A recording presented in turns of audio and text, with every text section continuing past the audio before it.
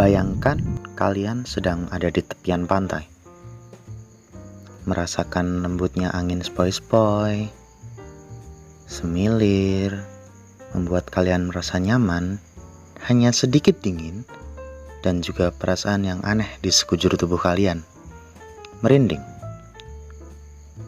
Bayangkan lagi kalian baru saja pulang dari tempat kerja. Di perjalanan, kalian harus melewati kuburan yang konon kabarnya angker.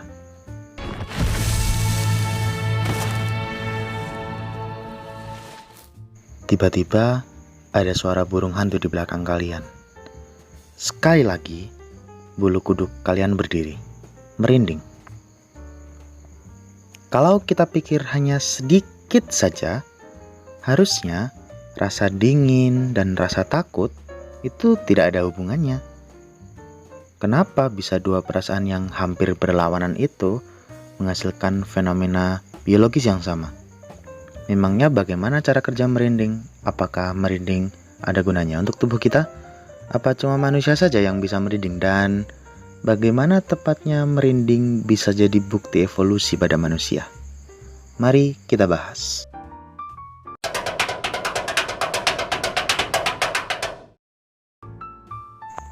Apa sih sebenarnya merinding itu dan bagaimana cara kerjanya? Merinding adalah fenomena di mana bulu-bulu halus pada kulit kita menjadi, berdiri. Inilah kenapa orang Indonesia sering menyebut merinding sebagai bulu kuduk berdiri.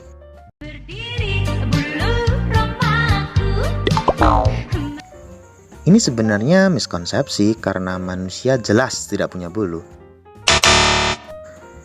Seperti unggas, burung, dan sebagainya. Yang kita punya adalah rambut alias hair dan rambut halus alias fur mungkin. Istilah fur atau rambut halus lebih sering dipakai untuk mamalia, tapi secara teknis rambut halus di tubuh manusia, yaitu selain di rambut kepala, memiliki mekanisme yang sama seperti rambut halus atau fur pada mamalia. Ini mungkin karena manusia secara teknis juga termasuk mamalia, tapi ayo bahas itu nanti. Berdirinya bulu halus ini disebabkan karena kontraksi otot mini yang melekat pada setiap rambut. Otot ini dinamakan arektor pili. Gerakan relaksasi dan kontraksi otot inilah yang menyebabkan gerakan pada rambut halus di tubuh kita. Perhatikan bahwa otot arektor pili ini ada di sekujur tubuh kita yang punya rambut halus, kaki, tangan, punggung, dan bagian tubuh lainnya yang bisa merinding. Tapi seperti banyak otot lain di tubuh kita, otot jantung misalnya, otot arektor pili tidak bisa digerakkan secara sadar. Kita nggak bisa membuat tubuh kita merinding sendiri, seperti halnya kita tidak bisa mematikan dan menghidupkan kerja jantung. Mungkin bagi kita yang tidak mendalami biologi, fakta bahwa otot bisa bergerak sendiri tanpa kesadaran kita agak aneh dan sulit dibayangkan.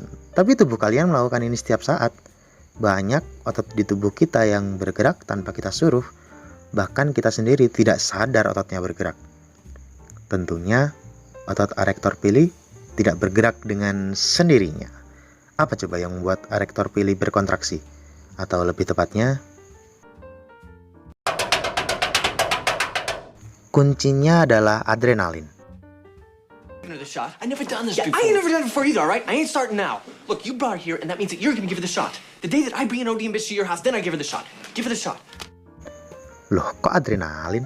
Bukannya adrenalin itu hormon yang keluar ketika kita merasakan tantangan? Iya, tepat sekali.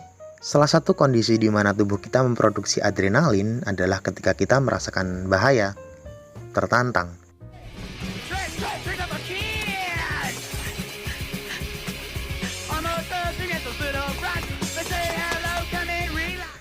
Ini adalah salah satu alasan utama kenapa saya pakai contoh kuburan angker di intro tadi. Sebenarnya ada penjelasan lebih dalam mengenai ini, tentang pemrosesan rasa takut di otak kita, amigdala dan sebagainya, tapi akan butuh satu video penuh untuk menjelaskan itu.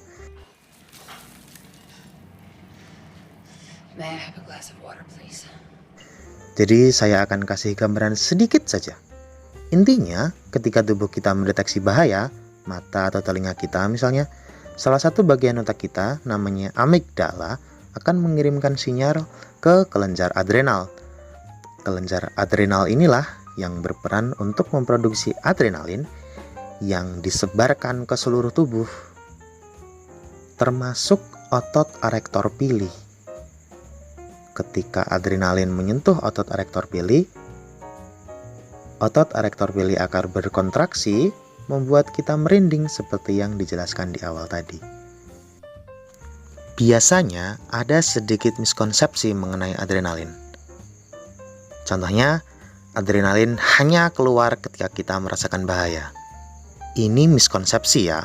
Nyatanya tidak, adrenalin juga diproduksi pada kondisi tubuh yang lain, seperti suhu dingin. Ketika kulit kita merasakan temperatur rendah pada tubuh, reaksi yang sama akan terjadi. Kelenjar adrenal mengeluarkan hormon adrenalin, adrenalin bergerak ke seluruh tubuh, termasuk ke otot erektor pili, dan pada akhirnya membuat kita merinding. Semua merinding kita disebabkan oleh hormon yang sama, adrenalin. Tapi kenapa ya? Kenapa juga tubuh kita mengeluarkan adrenalin dan kenapa harus disebarkan ke otot erektor pili? Dan kenapa harus ketika takut dan ketika dingin? Kenapa tepatnya kita harus merinding? Saya lihat tidak ada alasan khusus untuk manusia harus merinding. Tenang, kita simpan dulu pertanyaan itu. Saya akan tetap bahas kok nanti, tapi pertama-tama ada yang harus dibahas dulu sebelum masuk ke pertanyaan itu, yaitu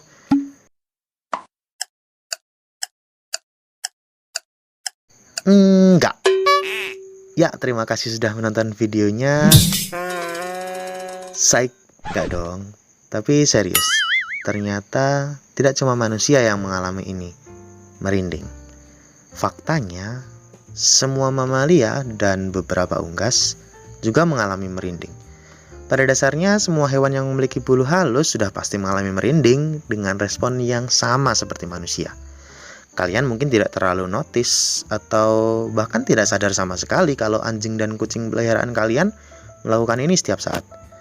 Lebih tepatnya mungkin kalian sadar, tapi tidak tahu kalau yang mereka lakukan itu adalah sama dengan merindingnya manusia. Tapi coba pikirkan ini. Pernah perhatikan saat hewan peliharaan kalian, kucing misalnya, menaikkan bulu atau rambut halus di tubuh mereka?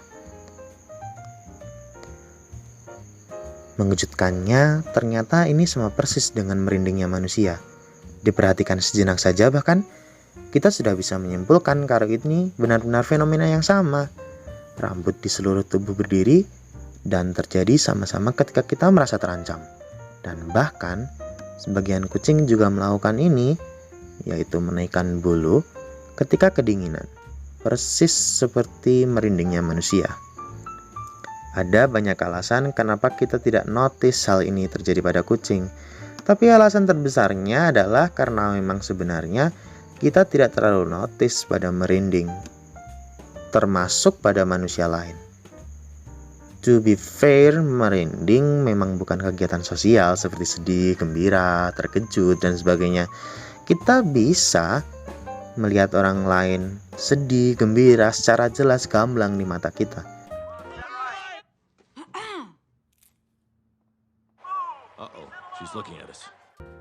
Berbeda dengan merinding, kita tidak punya cara untuk mengetahui apakah orang di sekitar kita sedang merinding atau tidak.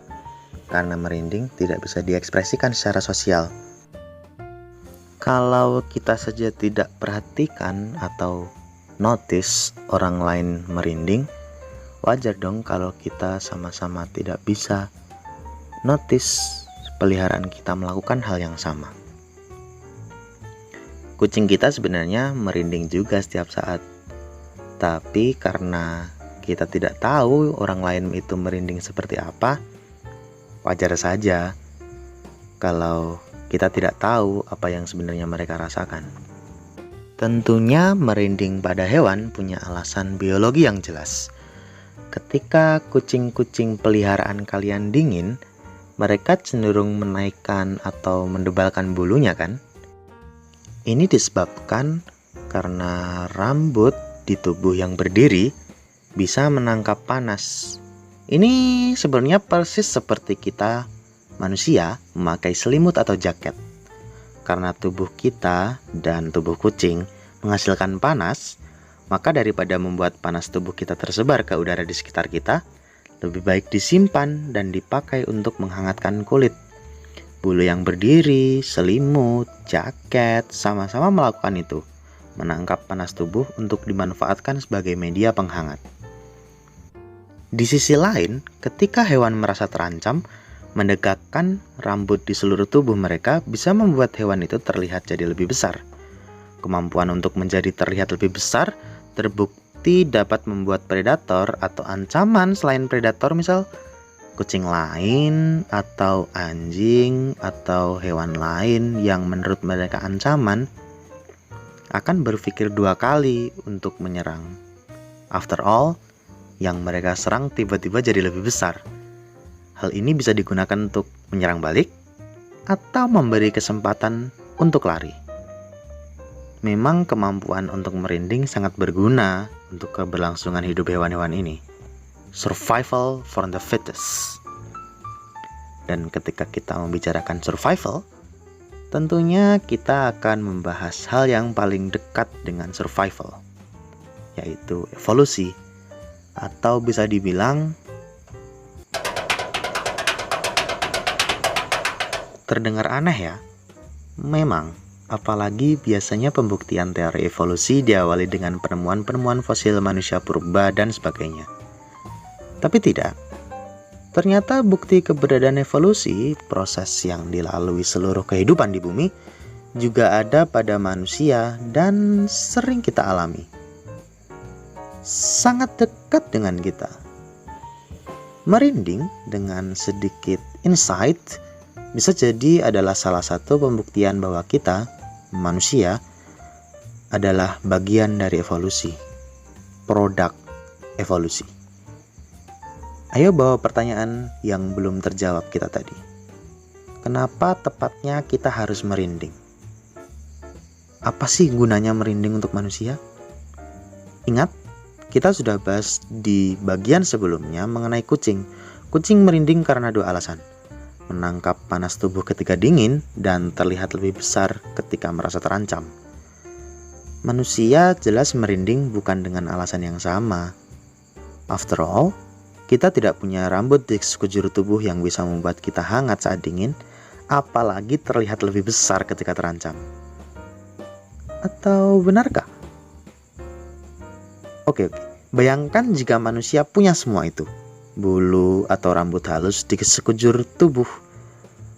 Maka akan masuk akal bukan kalau kita punya kemampuan untuk menaikkan rambut halus itu ketika kita dingin dan merasa terancam? Toh, sama seperti kucing, kita akan lebih survive dengan itu. Ini jadi tidak masuk akal karena kita sekarang tidak punya rambut di sekujur tubuh. Fungsi dari merinding tidak tercapai dong. Untuk apa kita harus merinding segala? Merinding pada manusia modern, kita tidak ada gunanya, iya kan? Inilah kenapa teori evolusi bisa menjadi penjelasan yang sangat tepat untuk ini. Satu-satunya alasan yang masuk akal tentang mengapa manusia masih memiliki kemampuan untuk merinding, padahal kita sama sekali tidak perlu kemampuan untuk merinding, adalah karena nenek moyang kita dulu pernah mendapatkan manfaat dari merindingnya. Mungkin manusia kehilangan bulu di tubuh selama beberapa juta tahun proses evolusi, tapi kita mewarisi fitur merinding ini dari nenek moyang kita yang pernah menggunakan fitur merinding untuk alasan survival atau keberlangsungan hidup mereka. Menariknya, dari penjelasan ini adalah evolusi terbukti bukan dari hal yang membuat kita lebih survive, yaitu tujuan evolusi yang sebenarnya, melainkan dari hal yang bisa dibilang tidak berguna, tapi menjadi bukti bahwa kita mewarisi ini dari nenek moyang kita. Tidak ada alasan lain untuk merinding selain kita atau minimal nenek moyang kita pernah dapat manfaat dari kemampuan merinding ini. Merinding adalah sisa-sisa dari jutaan tahun evolusi kita yang masih bisa kita rasakan saat ini. Dengan merinding, kita bisa mengapresiasi betapa berkembangnya umat manusia modern. Dari awal peradaban hingga zaman digital dan penjelajahan angkasa saat ini, kita masih diingatkan mengenai asal-usul kehidupan dari hal yang sangat kecil dan tidak signifikan. Merinding. Dan seperti biasa, terima kasih sudah menonton videonya.